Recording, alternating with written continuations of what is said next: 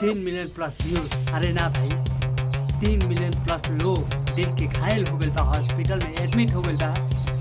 अरे ना भाई, ये दिल पे ना दिमाग पे छुरी चल गई। गाना चालू होते ही सोमर सिंह जाके चिपक गए मौसम से। अगर ये मौसम रही तो साइक्लोन लेवल भी डैमेज हो गई। गाना के नाम बा दिल पर चला छुरिया। ये गाना देख के ऑडियंस के आंख पे लग गई प्याज काटे वाला छुरी। ये गाना में रोमांस ऐसा बा जैसे बिना मोबाइल के नेटवर्क के कॉल करे के कोशिश, जीरो सिग्नल जीरो केमिस्ट्री बा। एक्टिंग ऐसा बा कि सोमर सिंह के एक्सप्रेशन देख के मुर्गा भी शर्मा के आटा दे दी। कैमरा एंगल ऐसा बा जैसे कैमरा मैन खुद कन्फ्यूज बा कि मेन वीडियो शूट होता या सर्वाइवल फुटेज। विकी विशाल के लिरिक्स सुन के दिल बोले भाई तनी दिमाग से भी सोच लिया करी, छुरी चला दे दिल पे या दिल चिकन के पीस हो। देख भाई, ये गाना देख के हमारा ये समझ में आ गई कि यूट्यूब पर व्यूज टैलेंट से ना बल्कि टॉर्चर से भी आवेला। अरे भाई, कॉपी करे के एगो हद होला।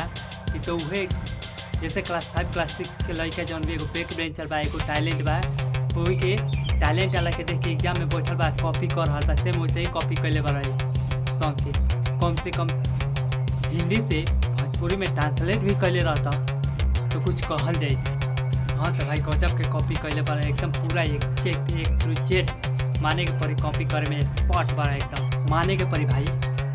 कॉपी गजब के कैले बा, गाना से ले ले एक्टिंग, कॉमेडी, डांस, सब ए टू जेड एकदम कॉपी कैले बा। अरे भाई, ये गाना में जौन ब्रेक डांसर बा उनका लोग तो बुझाता कि हिले नहीं के जगह पर से एकदम पूरा खड़े रही लो। उनका लोग खड़े होकर के पैसा मिलल बा। गाना में रेप कैले बना, गाना में रेप ऐसा कैले बना जैसे बढ़िया कोनो पाइप बा ऊपर ब्लैक टिप मार देले बना। गाइस तो वीडियो कैसा लगा? वीडियो अच्छा लगा तो वीडियो पे एगो प्यारा सा कमेंट कर लो, वीडियो को लाइक कर लो, शेयर कर लो।